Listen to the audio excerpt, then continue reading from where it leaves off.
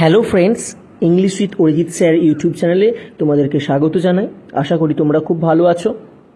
তো আজকের এই ক্লাসটিতে আমরা আলোচনা করব ক্লাস 11-এর র্যাপিড রিডার বইতে যে তিনটি তোমাদের ফার্স্ট সেমিস্টারের জন্য যে তিনটি শেক্সপিয়ারের নাটক, যেটা যদিও তোমাদের বইতে শর্ট স্টোরির আকারে দেওয়া রয়েছে, তার মধ্য থেকেই একটা শর্ট স্টোরিকে আমরা পড়তে শুরু করব, যেটা হলো শেক্সপিয়ারের সবথেকে বিখ্যাত, সবথেকে জনপ্রিয় নাটক, যেটি হলো ম্যাকবেথ। ঠিক আছে, তো এই ম্যাকবেথ নাটকটা আমরা আজকে পড়তে শুরু করব। যেহেতু অনেকটা বড়, সেহেতু হয়তো একটা ক্লাসে পুরো টেক্সটটাকে পড়ানো সম্ভব হবে না।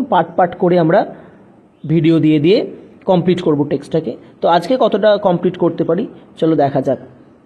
তো আমরা ভিডিও শুরু করার আগেই লেখক উইলিয়াম শেক্সপিয়ার সম্পর্কে অল্প কিছু জেনে নিই।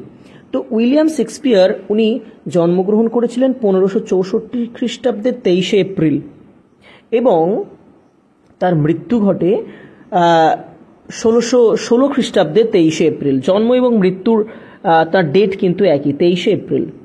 ইয়ারগুলো জাস্ট আলাদা, সে তো হতেই হবে, 1564 এবং 1616।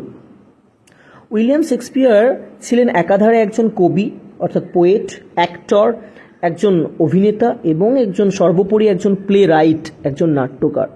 তিনি 39টা মতো নাটক লিখেছিলেন, 39, এবং 154টা সনেট লিখেছিলেন। এছাড়াও তিনি 3টি দীর্ঘ ন্যারেটিভ পোয়েমসও লিখেছেন। ঠিক আছে, তাকে ইংল্যান্ডের ন্যাশনাল পোয়েট বা বার্ড অফ অ্যাভন এই সমস্ত নামে ডাকা হয় এবং বিবেচনা করা হয় যে ইংলিশ ল্যাঙ্গুয়েজ অর্থাৎ ইংরেজি ভাষার তিনি একজন অন্যতম বিখ্যাত লেখক। হ্যাঁ, এবং একজন অন্যতম গোটা পৃথিবীর গোটা বিশ্বের থ্রু আউট দ্য ওয়ার্ল্ড তিনি একজন অন্যতম এমিনেন্ট ড্রামাটিস্ট, বিখ্যাত বা প্রখ্যাত একজন নাট্যকার। তাহলে এই গেল উইলিয়াম শেক্সপিয়ার সম্পর্কে। এবার আমরা যে নাটকটা পড়তে চলেছি ম্যাকবেথ, সেটা নাটকের যে জনরা রয়েছে, মেনলি দুটো জনরা, ট্র্যাজেডি এবং কমেডি। তোমরা অনেকেই শুনেছ ট্র্যাজেডি এবং কমেডি। ট্র্যাজেডি মানে হচ্ছে বিয়োগান্তক নাটক এবং কমেডি মানে হচ্ছে মিলনাত্মক, অর্থাৎ যে নাটকের শেষে গিয়ে আমরা দেখতে পারবো যে রিকনসিলিয়েশন হচ্ছে বা একটা মিলমিশ হয়ে যাচ্ছে, মিলন হচ্ছে, সেটা হচ্ছে কমেডি। আর ট্র্যাজেডিতে আমরা গিয়ে দেখতে পারবো যে মূল কিছু চরিত্র বা মেইন ক্যারেক্টার্স, তাদের ডাউনফল হচ্ছে, পতন হচ্ছে। একটা বিয়োগাত্মকভাবে নাটকটা শেষ হলে সেটাকে বলা হয় ট্র্যাজেডি। ম্যাকবেথ নাটকটিও হলো একটি ট্র্যাজেডি অর্থাৎ বিয়োগান্তক নাটক। এই নাটকের প্রধান যে চরিত্র ম্যাকবেথ, তার নামেই এই ড্রামাটির নামকরণ করা হয়েছে। তো সেই ম্যাকবেথের আমরা দেখতে পাবো ডাউনফল, অর্থাৎ তার পতন হবে তার কিছু ভুল সিদ্ধান্তের কারণে। যদিও তার এই ডাউনফলের কারণ হচ্ছে কি না, তার হাই অ্যাম্বিশন, উচ্চাকাঙ্ক্ষা। এই উচ্চাকাঙ্ক্ষার জন্য ম্যাকবেথের কিন্তু পতন হবে। ম্যাকবেথের শেষে গিয়ে আমরা দেখতে পারবো তার মৃত্যু হচ্ছে এবং সেই কারণেই আমরা ম্যাকবেথকে এখানে বলে থাকি ট্র্যাজিক হিরো। তার মধ্যে এমন কিছু কোয়ালিটিস রয়েছে যেগুলোর জন্য তাকে আমরা অনায়াসে হিরো বলতে পারি, তার মধ্যে হিরোইক কোয়ালিটিস রয়েছে।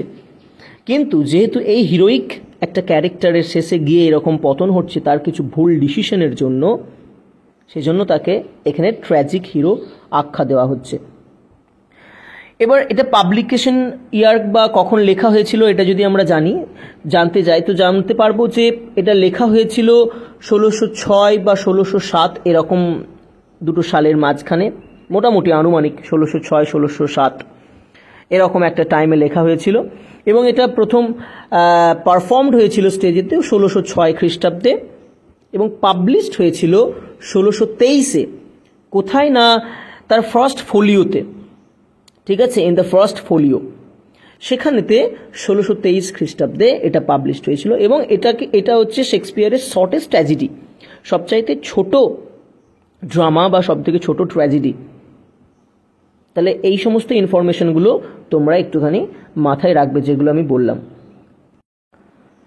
আর একটা ইনফরমেশন তোমাদেরকে দিয়ে রাখাটা দরকার, সেটি হলো যে এই যে নাটকটি, সেটিকে গল্পের আকারে রূপান্তরিত করেছিলেন চার্লস ল্যাম্ব এবং মেরি ল্যাম্ব তাদের টেলস ফ্রম শেক্সপিয়ার এই বইটিতে। ঠিক আছে, টেলস ফ্রম শেক্সপিয়ার বইটিতে চার্লস এবং মেরি ল্যাম্ব এই গল্পটিকে এই বইটিতে আরও অনেক শেক্সপিয়ারের নাটককে তারা গল্পের আকারে রূপান্তরিত করেছিলেন। ঠিক আছে, তো সেখানেতেই কিন্তু এই নাটকের গল্পের আকারটা আমরা গল্পাকারে এই নাটকটিকে পেয়ে থাকি। তো এই ইনফরমেশনটাও তোমরা একটু মনে রাখবে। এবার আমরা সরাসরি কিন্তু টেক্সটটি পড়তে শুরু করব। তো দেখো কি বলা হয়েছে। When Duncan was the king of Scotland, যখন ডাঙ্কান স্কটল্যান্ডের রাজা ছিলেন। তাহলে এখানে আমরা জানতে পারলাম যে স্কটল্যান্ডের বর্তমান রাজা কে ছিলেন না ডাঙ্কান, এবং কোন দেশে এই ঘটনাটা ঘটছে অ্যাকচুয়ালি না স্কটল্যান্ড। দেশের নামটাও মনে রাখতে হবে এবং রাজার নামটাও মনে রাখতে হবে। তো যখন ডাঙ্কান স্কটল্যান্ডে রাজা ছিলেন, দেয়ার লিভড, তখন সেখানে বাস করতো, সেই দেশে বাস করতেন আ ব্রেভ জেনারেল, একজন সাহসী সেনাপতি, হু ওয়াজ লুকড আপ টু, যাকে দেখা হতো, লুক আপ টু মানে হচ্ছে যাকে এখানে দেখা হতো, উইথ হাই এস্টিম মানে উচ্চ সম্মানের সঙ্গে যাকে দেখা হতো, থ্রু আউট স্কটল্যান্ড, সারা স্কটল্যান্ড জুড়ে, for his great valour and skill in wars, তার মহান বীরত্ব এবং যুদ্ধক্ষেত্রে তার দক্ষতার জন্য। তাহলে মনে রাখতে হবে যে কেন তাকে উচ্চ সম্মানের সঙ্গে দেখা হতো না, তার গ্রেট ভ্যালার অর্থাৎ তার মহান যে বীরত্ব এবং স্কিল ইন ওয়ার্স অর্থাৎ যুদ্ধক্ষেত্রে দক্ষতার জন্য। তারপরে কি বলেছে, he was also a close relative of the old king, তিনি অর্থাৎ সেই যে ব্রেভ জেনারেল, সেই যে সাহসী সেনাপতিটির কথা আমরা জানলাম, তিনি বৃদ্ধ রাজার একজন খুব ঘনিষ্ঠ বা নিকট আত্মীয়ও ছিলেন, অর্থাৎ ডাঙ্কানের একজন খুব নিকট আত্মীয় ছিলেন। He was Macbeth the thane of গ্লামিস, তাহলে তার পরিচয়টা আমরা এতক্ষণে পেলাম। তিনি কে সেই ব্রেভ জেনারেল না, তিনি হলেন ম্যাকবেথ। তিনি বর্তমানে থেইন অফ গ্লামিস অর্থাৎ গ্লামিস নামক একটা প্রদেশের থেইন মানে হচ্ছে কি বলবো, মানে একজন শাসক আর কি। রাজা বিভিন্ন, যেমন আমাদের এখানে আমাদের দেশকে যে বিভিন্ন মানে স্টেটেতে ভাগ করা রয়েছে তাই না, এবং প্রত্যেকটা স্টেটে একজন করে চিফ মিনিস্টারকে এমপ্লয় করা রয়েছে যারা তার রাজ্যটাকে সামলান, সেরকম করেই বিভিন্ন প্রদেশে বিভিন্ন থেইনকে এমপ্লয় করা হতো যারা সেই প্রদেশটাকে শাসন করতেন। তাহলে গ্লামিস নামক একটা প্রদেশেরই এরকম শাসক ছিলেন বা থেইন ছিলেন কে না, এই ম্যাকবেথ। অফ লেট অর্থাৎ সম্প্রতি, হি ডিফিটেড তিনি পরাস্ত করেছিলেন আর রেবেল আর্মি একটি বিদ্রোহী সেনাদলকে। রেবেল কথাটা মনে হচ্ছে বিদ্রোহী, আর্মি মানে সেনাদল। Assisted by the troops of Norway in great numbers অর্থাৎ নরওয়ের বিশাল সেনাবাহিনীর সাহায্যপ্রাপ্ত হয়ে, নরওয়ের একটা বিশাল সেনাবাহিনী তাদের সাহায্যপ্রাপ্ত এক বিদ্রোহী সেনাদলকে সম্প্রতি পরাস্ত করেছেন এই ম্যাকবেথ। বুঝতে পারলে, মানে ওই নরওয়ের ট্রুপটা ওই রেবেল আর্মিটাকে সাহায্য করেছে এবং ম্যাকবেথ একা তাদের পুরো ওই সৈন্যদলের বিরুদ্ধে লড়াই করে জয়লাভ করেছে, কারণ হি ওয়াজ আ ভেরি গ্রেট ওয়ারিয়ার, একজন খুব মহান যোদ্ধা ছিলেন ম্যাকবেথ। তারপরে কি বলেছে, হি ইমার্জড অ্যাশ অর্থাৎ তিনি প্রতিপন্ন হয়েছেন, তিনি আবির্ভূত হয়েছেন অ্যাজ ভ্যালর্স মিনিয়ন অ্যান্ড বেলুনাস ব্রাইডগ্রুম। দেখো এখানে দুটো ফ্রেজ বলা হয়েছে, একটা হচ্ছে ভ্যালর্স মিনিয়ন। ভ্যালর্স কথাটার মানে আমরা অলরেডি জেনে গেছি যে বীরত্ব, আর মিনিয়ন কথাটার মানে হচ্ছে সার্ভ্যান্ট বা ফ্ল্যাটারার, দাস বা চাটুকার। অর্থাৎ ভ্যালর্স মিনিয়ন মানে হচ্ছে কি না সার্ভেন্ট অফ ভ্যালার বা কারেজ, মানে বীরত্বের দাস, মানে এক কথায় বীর। এই যে দুটো ফ্রেজ ভ্যালার্স মিনিয়ন এবং বেলোনাস ব্রাইড গ্রুম, আর একটা ফ্রেজ যেটা রয়েছে বেলোনাস ব্রাইড গ্রুম। বেলোনা হচ্ছে কি না রোমান গডেস অফ ওয়ার, অর্থাৎ রোমদের যে যুদ্ধের দেবী তিনি হচ্ছেন বেলোনা। বেলোনাস ব্রাইড গ্রুম তার মানে হচ্ছে কি না বেলোনার স্বামী আর কি, হাজব্যান্ড। অর্থাৎ এই দুটো ফ্রেজ ইউজ করেছেন কে না ডাঙ্কান, রাজা ডাঙ্কান ম্যাকবেথকে এই দুটো ফ্রেজ বলে মানে অ্যাড্রেস করেছেন তার এই যুদ্ধক্ষেত্রে তিনি যে রিসেন্ট যুদ্ধে জয়লাভ করেছেন সেই জন্য রাজা ডাঙ্কান ম্যাকবেথকে এই দুটো ফ্রেজ, ভ্যালার্স মিনিয়ন এবং বেলোনাস ব্রাইডগ্রুম, এই দুটো ফ্রেজ ইউজ করে আর কি তাকে তিনি অ্যাড্রেস করেছেন, তাকে সম্বোধন করেছেন। কেন না, his valour and courage demanded praise from all and sundry. তার বীরত্ব এবং তার সাহসিকতা ডিম্যান্ডেড অর্থাৎ দাবি রাখে কিসের না, প্রেজ, প্রশংসার দাবি রাখে ফ্রম অল অ্যান্ড সান্ড্রি অর্থাৎ সার্বিকভাবে বা সকলের কাছ থেকে। তিনি এই যে যুদ্ধটা জয়লাভ করেছেন তার জন্য তিনি সকলের কাছ থেকে প্রশংসার দাবি রাখেন। বুঝতে পারলে? তারপরে দেখো, The two Scottish generals, Macbeth and Banquo, were returning from the great battle. এই দুজন স্কটিশ সেনাপতি যথাক্রমে ম্যাকবেথ এবং ব্যাঙ্কো, তারা সেই মহান যুদ্ধ থেকে ফিরে আসছিলেন। There was thunder and lightning. সেই সময় বজ্রপাত হচ্ছিল এবং বিদ্যুৎ চমকাচ্ছিল। তারা যখন যুদ্ধ করে ফিরছিলেন যুদ্ধক্ষেত্র থেকে, তখন পথে কিন্তু বজ্রপাত হচ্ছিল, বিদ্যুৎ চমকাচ্ছিল। On the way they were stopped by the strange appearance of three figures. পথে তাদেরকে থেমে যেতে হয়েছিল তিনটে অদ্ভুত দেখতে ফিগার বা ছায়ামূর্তির কারণে, বা এরকম করে আমরা বলতে পারি যে পথে তিনটি অদ্ভুত ফিগার বা মূর্তি বা চেহারা দেখে তারা থমকে দাঁড়িয়ে গিয়েছিলেন। That looked like women. যে ফিগারগুলোকে, যে ওই তিনটে মূর্তিগুলো তাদেরকে দেখতে লাগছিল ওমেনদের মতো, বা তাদেরকে দেখতে ছিল মহিলাদের মতো। তাদের মধ্যে ব্যতিক্রম কি না, except that they had beards. যদিও তাদের কি ছিল না, গালেতে দাড়ি ছিল। ঠিক আছে, যদিও তাদেরকে মহিলার মতো দেখতে ছিল, কিন্তু মানে তাদের ফিজিক্যাল অ্যাপিয়ারেন্সটা ছিল লাইক এ ওম্যান, মহিলার মতো, কিন্তু একটা এক্সেপশন কি না, তাদের মুখে দাড়ি ছিল, যেটা জেনারেলি মেয়েদের থাকে না। And their weathered skin and wild dresses made them look like unearthly creatures. এবং তাদের যে উইদার্ড স্কিন অর্থাৎ কুঁচকে যাওয়া, জড়ো হয়ে যাওয়া, শুকিয়ে যাওয়া যে ত্বক, অ্যান্ড ওয়াইল্ড ড্রেসেস তাদের যে বন্য জঙ্গলি পোশাক আশাক, made them look like আনআর্থলি creature, তাদেরকে অপার্থিব জীবের মতো দেখতে করে তুলেছিল। আনআর্থলি মানে হচ্ছে অপার্থিব, মানে নট আর্থলি, পৃথিবীর কোনো জীব বলে তাদেরকে মনে হচ্ছিল না, তাদেরকে দেখে মনে হচ্ছিল পৃথিবীর বাইরের কোনো জীব। বুঝতে পারলে? তারপরে দেখো, they were dancing, they were singing, তারা নাচছিল, তারা গান করছিল, বা তারা নাচতে নাচতে গান করছিল। কি বলে তারা গান করছিল? দেখো তাদের গানটা খুব interesting. Fair is foul and foul is fair, hover through the fog and filthy air. Fair is foul অর্থাৎ যাহাই ভালো তাহাই মন্দ, অ্যান্ড যাহাই মন্দ তাহাই ভালো। তার মানে কি বোঝা গেল তাদের এই গানের কথা থেকে, যে তাদের মধ্যে ভালো মন্দের কোনো ডিস্টিংশন নেই তাদের কাছে, ভালো এবং মন্দ তাদের কাছে এক। কিন্তু আমরা যারা মানে শিক্ষিত, আমরা যারা মানে সোকল্ড একটা রিফাইন্ড একটা এডুকেটেড সোসাইটিতে বাস করি, আমাদের কাছে কি ভালো এবং মন্দ দুটো জিনিসের মধ্যে পার্থক্য আছে। আমরা সবসময় ভালোটাকে প্রায়োরিটি দিই, কিন্তু দেখো এদের মধ্যে কিন্তু টেস্টটা কি না, এদের কাছে ভালো খারাপের কোনো পার্থক্য নেই। যেটাই ভালো সেটাই মন্দ, আর যেটাই মন্দ সেটাই ভালো। তার মানে ভালো এবং মন্দ এক। তারপরে হোভার থ্রু, হোভার মনে হচ্ছে ফ্লাই, উড়ে যাব, থ্রু দ্য ফগ কুয়াশার মধ্য দিয়ে, অ্যান্ড ফিল দি এয়ার নোংরা দূষিত বাতাসের মধ্য দিয়ে। তার মানে এদের টেস্টটা আমরা এখানে জানতে পারছি, তাদের এই গানের মধ্য দিয়ে তাদের টেস্ট বা রুচিটা আমরা জানতে পারছি। তারা কুয়াশা, নোংরা দূষিত বাতাসের মধ্য দিয়ে উড়ে যেতে চায়।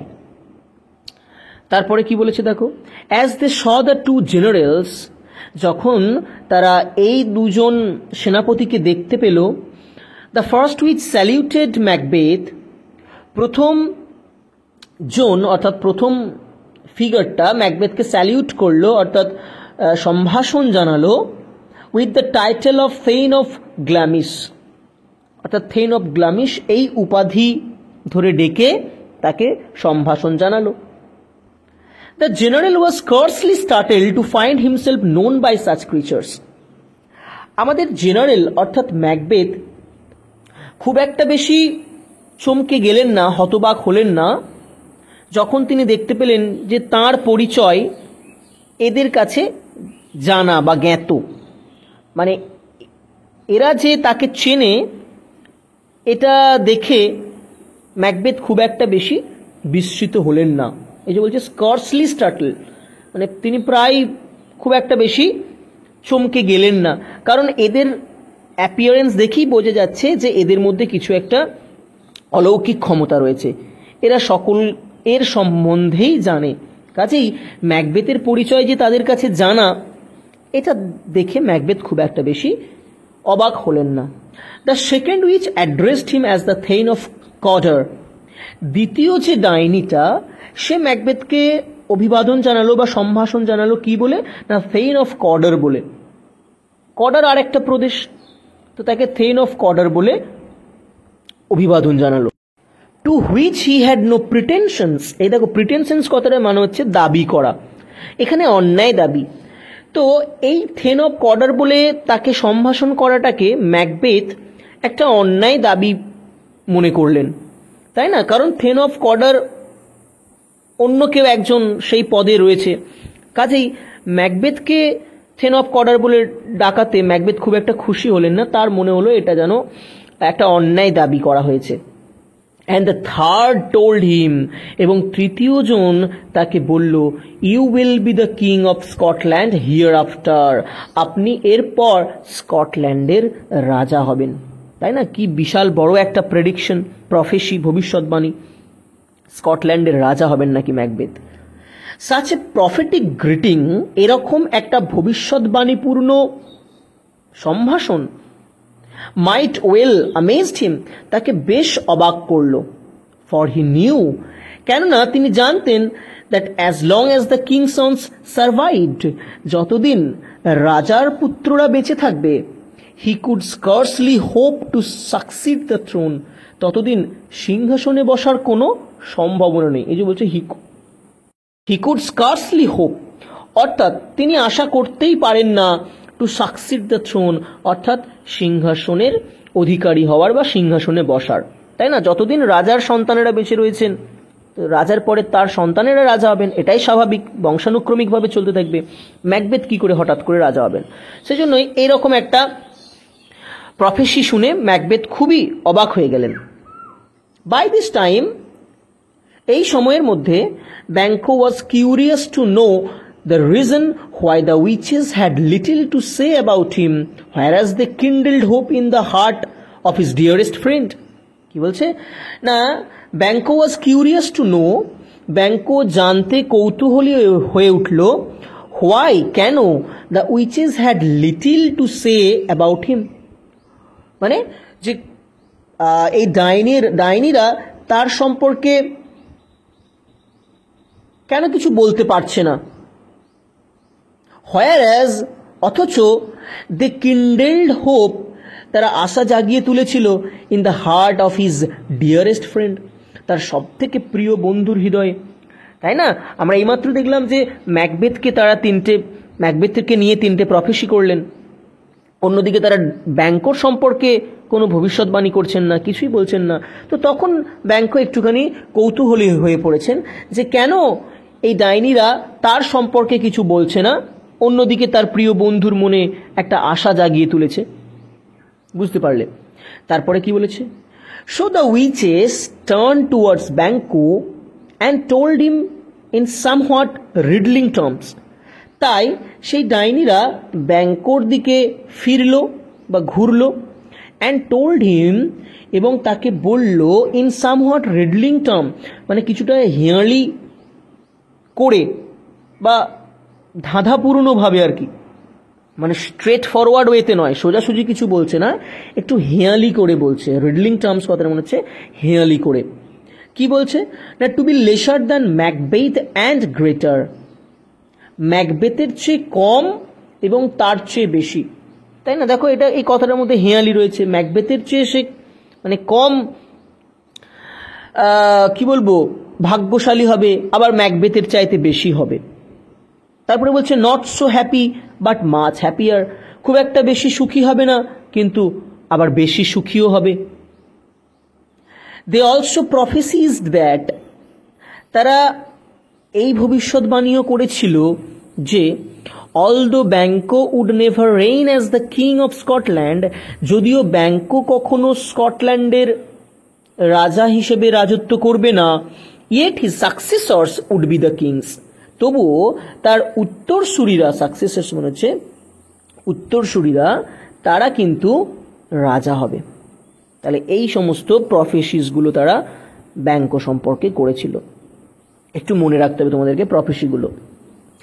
অ্যান্ড দেন, এবং তারপর, দে টার্ন ইন্টু থিন এয়ার, এবং তারা তারপরে মানে পাতলা বাতাসে পরিণত হলো। অ্যান্ড ভ্যানিজড, এবং তারা অদৃশ্য হয়ে গেল বা উধাও হয়ে গেল। By which the generals realised the weird sister to be witches, যার দ্বারা এই সেনাপতিরা বুঝতে পেরেছিল যে এই অদ্ভুত বোনেরা এরা কি না, এরা হলো ডাইনি। যে ওয়েয়ার্ড সিস্টার্স, ওয়েয়ার্ড মানে হচ্ছে অদ্ভুত বা রহস্যময়, এই অদ্ভুত রহস্যময় বোনেরা এরা অ্যাকচুয়ালি কিন্তু ডাইনি, তাই না? তাই জন্যই তারা তাদের সম্পর্কে এই সমস্ত প্রফেসিগুলো করতে পেরেছে। তারপর কি বলেছে? While they stood there pondering on the strangeness of this adventure, তো কি বলছে না, যখন তারা মানে দাঁড়িয়ে দাঁড়িয়ে ভাবছিল, যে স্টুড দেয়ার পন্ডারিং, সেখানে দাঁড়িয়ে দাঁড়িয়ে ভাবছিল কি নিয়ে, on the strangeness of this adventure, এখানে অ্যাডভেঞ্চার মানে এক্সপিরিয়েন্স আর কি। তাহলে এই অদ্ভুত অভিজ্ঞতার ব্যাপারে, এখানে অদ্ভুত অভিজ্ঞতা বলতে এই মাত্র যেটা তাদের সঙ্গে ঘটে গেল, এই ডাইনিরা এসে তাদের পথ আটকালো এবং তাদের সম্পর্কে ভবিষ্যৎবাণী করে দিয়ে চলে গেল। এই যে অ্যাডভেঞ্চার, এটাকে বলা হচ্ছে এখানে অ্যাডভেঞ্চার। তো এটার যে স্ট্রেঞ্জনেস, অদ্ভুত ব্যাপার, সেটাকে নিয়ে যখন তারা ভাবছে দাঁড়িয়ে দাঁড়িয়ে, দেয়ার অ্যারাইভড সার্টেন এনভয়েজ, তখন সেখানে কিছু এনভয় অর্থাৎ দূত এলেন। কোথা থেকে না, ফ্রম দ্য কিং, রাজার কাছ থেকে তখন কিছু দূতেরা এসে উপস্থিত হলেন। হু আর এম্পাওয়ার্ড, যাদের উপরে ক্ষমতা দেওয়া হয়েছিল, টু কনফার আপন ম্যাকবেথ, ম্যাকবেথকে কনফার করা অর্থাৎ প্রদান করা, the title of the thane of Cawdor, thane of Cawdor, এই উপাধি প্রদান করার ক্ষমতা যাদেরকে দেওয়া হয়েছিল।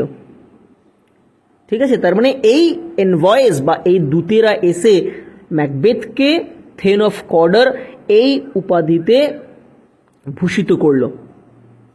বোঝা গেছে? তারপরে it was an event so miraculously corresponding with the prediction of the witches that Macbeth stood there wrapped in amazement, unable to respond to the greetings of the envoys. It was an event so miraculously corresponding with the prediction of the witches. এটি এমন একটি ঘটনা ছিল যে ঘটনাটি অলৌকিকভাবে ডাইনিদের যে prediction অর্থাৎ অনুমানগুলি বা ভবিষ্যৎবাণীগুলি তার সঙ্গে এতটাই সামঞ্জস্যপূর্ণ ছিল যে Macbeth stood there rapt in amazement, Macbeth সেখানে বিস্মিত হয়ে দাঁড়িয়েছিলেন, unable to respond to the greetings of the envoys, এবং তিনি দূতেদের অভিবাদনের জবাব দিতেও অক্ষম হয়ে পড়েছিলেন। ঠিক আছে, মানে এই মাত্র উইচেসরা প্রেডিকশন করে গেল যে he will be the thane of Cawdor, তিনি কডারের থেন হবেন, এবং এই পথের মধ্যেই তিনি কিন্তু থেন অফ কডারের মর্যাদা বা পদ পেয়ে যাচ্ছেন। তো এত তাড়াতাড়ি যে এই প্রেডিকশন মিলে যাচ্ছে, এটা দেখে ম্যাকবেথ এতটাই আমেজড হয়েছেন, এতটাই বিস্মিত হয়েছেন, হ্যাঁ, এতটাই অবাক হয়ে গেছেন যে তিনি সেখানে একদম স্ট্যাচুর মতো দাঁড়িয়ে গেছেন, এবং ওই যে দূতেরা এসছে তাদেরকে তিনি রেসপন্ড করতে পারছেন না, তাদের অভিবাদনের জবাব তিনি দিতে পারছেন না। তারপরে কি বলেছে? Hopes began to swell in his heart as he was now thinking of the prediction of the third witch. দেখো, এখান থেকেই কিন্তু ম্যাকবেথের মধ্যে মানে ওই পতনের বীজটা বোনা হয়ে যাচ্ছে, বোনা শুরু হয়ে যাচ্ছে। যখনই দ্বিতীয় প্রেডিকশনটা ফলে গেছে তখনই ম্যাকবেথ এর হৃদয়ে কি হচ্ছে না, এই যে বলছে hopes began to swell in his heart, তার হৃদয়ে আশা এবার বেড়ে উঠছে, ফুলে ফেপে উঠছে। সোয়েল হওয়া মানে হচ্ছে কি ফুলে ফেপে ওঠা। তার হৃদয়ের মধ্যে, মনের মধ্যে আশা বাড়তে শুরু করছে। As he was now thinking, কারণ তিনি এখন ভাবছেন of the prediction of the third which, অর্থাৎ তৃতীয় ডাইনির ভবিষ্যৎবাণীর কথা। তৃতীয় ডাইনির ভবিষ্যৎবাণী অনুযায়ী কি হতে চলেছে না, ম্যাকবেথ স্কটল্যান্ডের রাজা হতে চলেছে। ঠিক আছে, এখান থেকেই ম্যাকবেথের ডাউনফলের স্টার্ট হবে আর কি। টার্নিং টু ব্যাংকো, ব্যাংকোর দিকে ঘুরে হি সেড, তিনি বললেন, ডু ইউ নট হোপ, তুমি আশা করো না, that your children will be the kings of the future, যে তোমার সন্তানেরা ভবিষ্যতের রাজা হবে। Since what the witches promise to me has so wonderfully come to pass, যেহেতু ডাইনিরা আমাকে যে প্রতিশ্রুতি দিয়েছিল তা এত আশ্চর্যজনকভাবে ঘটে গেল। ম্যাকবেথ ব্যাংকোকে জিজ্ঞাসা করছে যে তুমিও কি আশা করছো না যে তোমার সন্তানেরাও ভবিষ্যতের স্কটল্যান্ডের রাজা হবে? কারণ ডাইনিরা ব্যাংকোকে বলেছে, ভবিষ্যৎবাণী করেছে যে তার সন্তানেরা স্কটল্যান্ডের রাজা হবে। তাই ম্যাকবেথ তাকে জিজ্ঞাসা করছে যে আমাকে যে প্রেডিকশন করে গেল, প্রমিস করে গেল, প্রতিশ্রুতি দিয়ে গেল, সেটা এত আশ্চর্যজনকভাবে মিলে গেল, তো তুমিও কি আশা করতে পারো না বা আশা করছো না যে তোমার সন্তানেরাও ভবিষ্যতে রাজা হবে? তার উত্তরে ব্যাংকো খুব একটা ভালো কথা বলছে, দেখো। That hope, replied Banquo, might enkindle you to aim at the throne. কি বলছে? এই আশাটা, দ্যাট হোপ মানে এই আশাটা, রিপ্লাইড ব্যাংকো, ব্যাংকো বললেন যে এই আশা মাইট এনকিন্ডেল ইউ, এনকিন্ডেল করা মানে কি না, তোমাকে উদ্বুদ্ধ করতে পারে। এনকিন্ডেল মানে হচ্ছে উদ্বুদ্ধ করা, ইন্সপায়ার্ড করা, inspired you to aim at the throne, অর্থাৎ সিংহাসনের দিকে, সিংহাসনে চাপার যে লক্ষ্য সেই দিকে তোমাকে উদ্বুদ্ধ করে তুলতে পারে, অর্থাৎ সিংহাসন দখলের জন্য তোমাকে উদ্বুদ্ধ করতে পারে। বাট অফেন টাইমস, কিন্তু বেশিরভাগ সময়ই দিজ মিনিস্টার্স অফ ডার্কনেস, এই অন্ধকারের মন্ত্রীরা, এখানে কাদেরকে বলা হচ্ছে মিনিস্টার্স অফ ডার্কনেস? ওই উইচেসগুলোকে বলা হচ্ছে যে এই মিনিস্টার্স অফ ডার্কনেস বা অন্ধকারের এই মন্ত্রীরা টেল আস ট্রুথস ইন লিটল থিংস, আমাদেরকে অল্প অল্প সত্যি বলে, আমাদেরকে ছোট ছোট সত্য বিষয়ের সত্য বলে দেয়। কেন? To betray us into deeds of greatest consequence, আমাদেরকে সবচেয়ে বড় পরিণতির কাজে বিশ্বাসঘাতকতা করার জন্য ছোট ছোট সত্যি কথা বলে দেয়, আমরা সেগুলোকে সত্য বলে ধরে নিই, এবং তাদের আসল লক্ষ্যটা কি না, আমরা যেন বড় বড় কাজে মানে প্রতারিত হই, বড় বড় কাজে যেন আমরা বিফল হই। তাই বলছে, দেখো লাইনটা ভালো করে দেখো না, টু বিট্রে আস, অর্থাৎ আমাদেরকে ঠকাতে, আমাদেরকে প্রতারিত করতে, into deeds of greater consequence, সেই সমস্ত কাজে যে কাজগুলোর পরিণতি কিন্তু অনেক বড়। বড় বড় যে সমস্ত কাজগুলোর পরিণতি অনেক বড় হতে পারে, সেই সমস্ত কাজে আমাদেরকে বিট্রে করার জন্য, যেন আমরা বড় কাজে অসফল হয়, সেই জন্য তারা ছোট ছোট কিছু বিষয়ে সত্য আমাদের সামনে তুলে ধরে বা আমাদেরকে বলে, সেটা বিশ্বাস করে যেন আমরা কোনো একটা বড় কাজে নিজেদেরকে লিপ্ত করি এবং সেখানে গিয়ে যেন আমরা প্রতারিত হই। এটা হচ্ছে তাদের টার্গেট বা তাদের এম। তার মানে এখানে Banquo is trying to somehow warn or alert Macbeth. Banquo এখানে ম্যাকবেথকে সতর্ক করার চেষ্টা করছে, ঠিক আছে? মানে ইনডিরেক্টলি বলছে যে তুমি এটা বিশ্বাস করো না, ডাইনিদের এই প্রফেসি বা প্রমিস, এগুলোকে তোমার বিশ্বাস করা উচিত নয়, এটা ইনডিরেক্টলি তাকে সাজেস্ট করছে ব্যাংকো। কিন্তু ম্যাকবেথের মনের মধ্যে ওই যে একটা অ্যাম্বিশন তৈরি হয়ে গেছে, তাই না? সেই অ্যাম্বিশন থেকে বেরিয়ে আসাটা কিন্তু খুব মুশকিল। হাউএভার যাই হোক, the prophecies of the witches had sunk too deep into the mind of Macbeth. ওই প্রফেসিগুলো, ডাইনিদের ওই ভবিষ্যৎবাণীগুলো ম্যাকবেথের মনের গভীরে ঢুকে গেছে। এই যে সাঙ্ক মানে হচ্ছে ডুবে গেছে বা ঢুকে গেছে, টু ডিপ মানে খুবই গভীরে, into the mind of Macbeth, ম্যাকবেথের মনের অনেক গভীরে পৌঁছে গেছে, যেখান থেকে আর সেগুলোকে সে তুলে ফেলতে পারবে না, বের করে আনতে পারবে না। He told his wife about the predictions of the three witches and also its partial accomplishment. তিনি তার স্ত্রীকে ওই 3 ডাইনির ভবিষ্যৎবাণী এবং তার যে আংশিক সফলতা বা সম্পন্ন হওয়ার কথা সেটাও বললেন। ঠিক আছে, তিনি তার স্ত্রীকে বললেন যে ডাইনিরা এরকম 3টে প্রেডিকশন করেছে এবং তার মধ্যে পার্সিয়াল অ্যাকমপ্লিশমেন্টও হয়ে গেছে, মানে আংশিকভাবে সফলও হয়ে গেছে, মিলে গেছে, তাই না? তিনি রাস্তাতেই থেন অফ কর্ডার হয়ে গেছেন, তার মানে একটা ভবিষ্যৎবাণী অলরেডি মিলে গেছে। তো এই সমস্ত কথাগুলো তিনি কিন্তু তার স্ত্রীকে জানালেন। Lady Macbeth was an extremely ambitious woman. Lady Macbeth, যিনি হলেন ম্যাকবেথের স্ত্রী, তিনি ছিলেন একজন অত্যন্ত উচ্চাকাঙ্ক্ষী মহিলা, যাকে অনেক সময় 4th উইচ হিসেবেও কিন্তু গণ্য করা হয়। যে ম্যাকবেথের 4র্থ ডাইনিটা হলেন কিন্তু লেডি ম্যাকবেথ। ঠিক আছে, যিনি কিন্তু ম্যাকবেথের এই ডাউনফলের জন্য অনেকাংশেই দায়ী। তাহলে তিনি ছিলেন একজন অ্যাম্বিশাস ওম্যান, উচ্চাকাঙ্ক্ষী মহিলা। She spurred on the reluctant purpose of Macbeth, who felt compunction at the thought of blood. তো তিনি কি করতে শুরু করলেন না, তিনি স্পার্ড করতে শুরু করলেন। স্পার্ড মানে হচ্ছে কি, প্ররোচিত করতে থাকা, ইনস্টিগেট যেটাকে বলি আমরা। On the reluctant purpose of Macbeth, ম্যাকবেথের মধ্যে যে অনিচ্ছুকতা ছিল, Macbeth was not fully agree to kill Duncan and become the king. ডাঙ্কানকে হত্যা করে রাজা হওয়ার সম্পূর্ণ পক্ষপাতী কিন্তু ম্যাকবেথ ছিলেন না। ম্যাকবেথের মধ্যে বেশ কিছুটা পরিমাণ অনিচ্ছুকতা ছিল। হি ওয়াজ নট রিল্যাক্টেন্ট, তিনি অনিচ্ছুক ছিলেন। He was reluctant.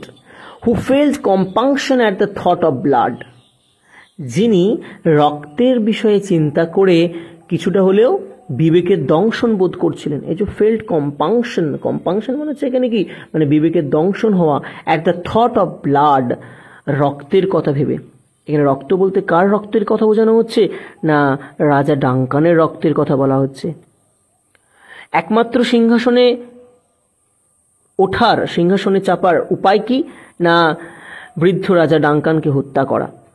তো যখনই রক্তের কথা ম্যাকবেথ চিন্তা করছেন, তখনই তিনি কিন্তু একটা বিবেকের দংশন বোধ করছেন এবং তিনি ওই উদ্দেশ্য থেকে কিন্তু পিছিয়ে আসছেন। তখন লেডি ম্যাকবেথ তাকে স্পার্ড করছেন, তাকে ইনস্টিগেট করছেন, তাকে প্ররোচিত করছেন এই কাজে লিপ্ত হতে।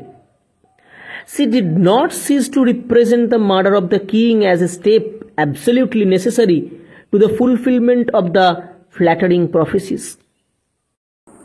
She did not cease to represent, অর্থাৎ তিনি এটা মানে এটা বলতে বা এটা জানানোর ব্যাপারে তিনি একবারও থামলেন না।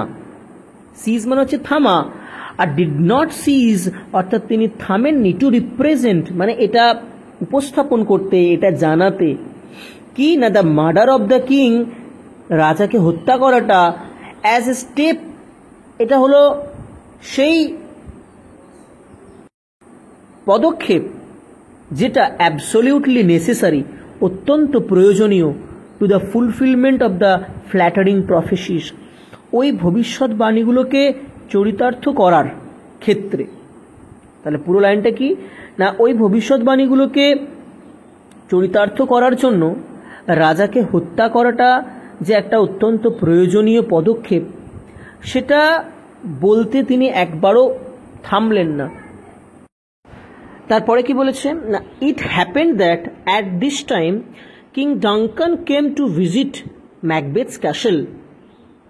এটা ঘটেছিল যে এই সময় রাজা ডাঙ্কান ম্যাকবেথের দুর্গে বা প্রাসাদে এসেছিলেন। কাদেরকে নিয়ে? না, along with his two sons Malcolm and Donalbain, তাঁর দুই পুত্র ম্যালকম এবং ডোনাল্ড-বেনকে নিয়ে, and numerous thanes and attendants, এবং অসংখ্য থেন্স এবং পরিচারকদেরকে সঙ্গে নিয়ে। কেন? না, টু অনার ম্যাকবেথ, ম্যাকবেথকে সম্মান জানানোর জন্য। কিসের জন্য? না, for his Triumph against the rebels, বিদ্রোহীদের বিরুদ্ধে তার যে বিজয়, সেই বিজয়ের জন্য তাকে সম্মান জানাতে ডাঙ্কান তার দুই পুত্র ম্যালকম ডোনাল্ড-বেনকে নিয়ে এবং অসংখ্য থেন্স এবং পরিচারকদেরকে নিয়ে ম্যাকবেথের দুর্গ পরিদর্শন করতে আসেন। তো আজকের ক্লাসে এতটা পর্যন্তই পড়ছি, পরের ক্লাসে বাকিটা কন্টিনিউ করব। ভিডিওটা অলরেডি অনেকটা লম্বা হয়ে গেছে, তো খুব তাড়াতাড়ি আবার সেকেন্ড পার্টের ভিডিওটা নিয়ে আমি চলে আসবো। তোমরা এই পার্টটা ভালো করে মন দিয়ে পড়ে নাও। যদি কোনো জায়গায় তোমাদের বুঝতে অসুবিধা মনে হয় তো তোমরা অবশ্যই কমেন্টে আমাকে জানিও, আমি তোমাদের রিপ্লাই দেবো। ঠিক আছে? তো টিল দেন, গুড বাই।